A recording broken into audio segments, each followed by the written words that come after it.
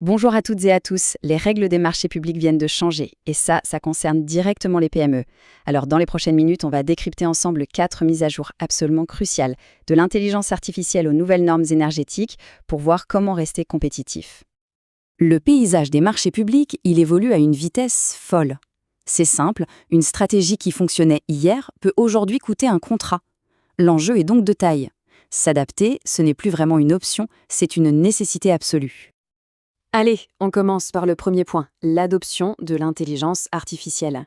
Une étude toute récente de l'OCDE nous révèle une fracture qui se creuse et qui risque de laisser pas mal de PME sur le carreau. Ce n'est plus juste une tendance, attention, c'est une vraie réalité économique qui est en train de redéfinir les règles du jeu. Et les chiffres, vous allez voir, sont assez frappants. Et voilà, regardez l'ampleur du décalage. On a seulement 14% des PME européennes qui utilisent l'IA contre 56% des grandes entreprises. C'est un écart qui est multiplié par 4. Imaginez dans un appel d'offres. Un tel avantage technologique peut vraiment faire toute la différence et bien sûr marginaliser les entreprises qui sont restées un peu à la traîne. Mais attention, il ne faut pas voir ça seulement comme un risque. Il y a aussi une opportunité massive. Les PME qui franchissent le pas, elles enregistrent une hausse moyenne de 20% de leur productivité. Et ça, en seulement 2 ans.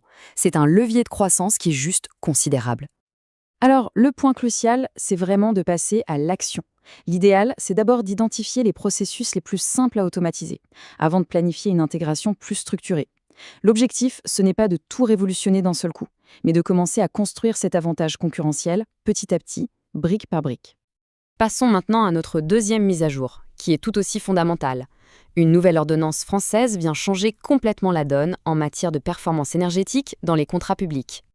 Il s'agit de l'ordonnance 2025-979. Alors concrètement, qu'est-ce que ça veut dire ?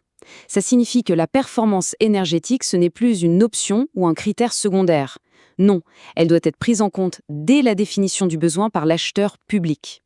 Et ce visuel, il résume parfaitement le changement de paradigme. On passe en fait d'un simple bonus à une obligation. Les entreprises doivent maintenant être capables de prouver leur performance énergétique avec des données concrètes, des labels ou même des simulations. Et quels sont les secteurs les plus concernés ?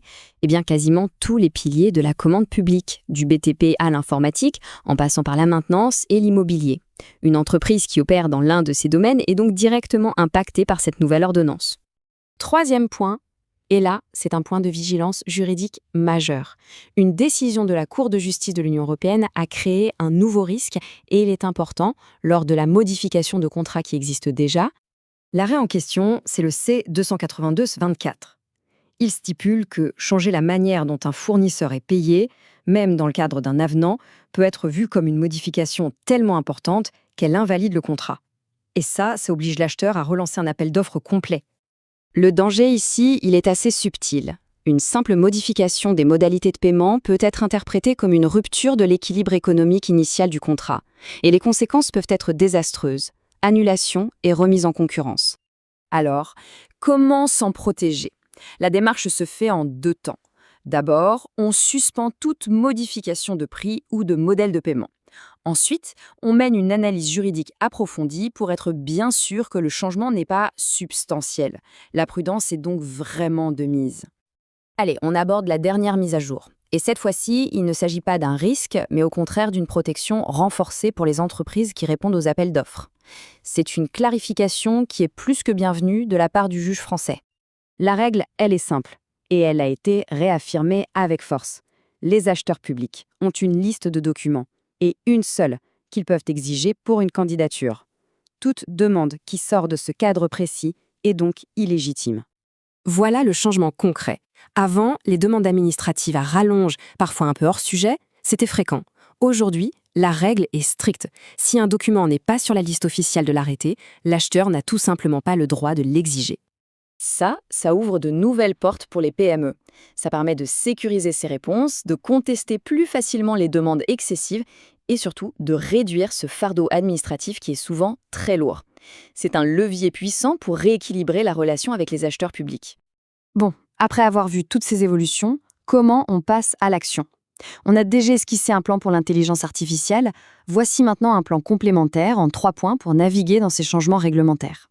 Premier plan, l'énergie. Ici, la clé, c'est la proactivité. Il s'agit de mettre à jour ces modèles de réponse pour y inclure systématiquement les données de performance énergétique et aussi de préparer un pack de preuves qui soit prêt à l'emploi. Comme ça, on n'est jamais pris au dépourvu. Deuxième plan, les avenants. La meilleure solution, c'est d'instaurer des contrôles internes stricts. Aucune modification de contrat ne devrait passer sans une double validation, à la fois juridique et opérationnelle, en s'aidant d'une checklist précise basée sur les règles européennes. Et enfin, troisième plan, la défense des droits. Il est vraiment conseillé d'auditer systématiquement les pièces demandées dans les dossiers de consultation. Si une demande est hors cadre, elle doit être contestée. C'est un droit, et c'est maintenant une démarche qui a de fortes chances de succès. Pour conclure, on voit bien que ces changements ne sont pas du tout anecdotiques. Ils redéfinissent complètement les conditions de la réussite. La question, ce n'est plus de savoir s'il faut changer, mais plutôt comment le faire. Le terrain de jeu est de nouvelles règles, et la vraie question qui se pose maintenant, c'est est-ce que les stratégies actuelles sont encore à jour ? Voilà la réflexion sur laquelle on peut se quitter. Merci pour l'écoute.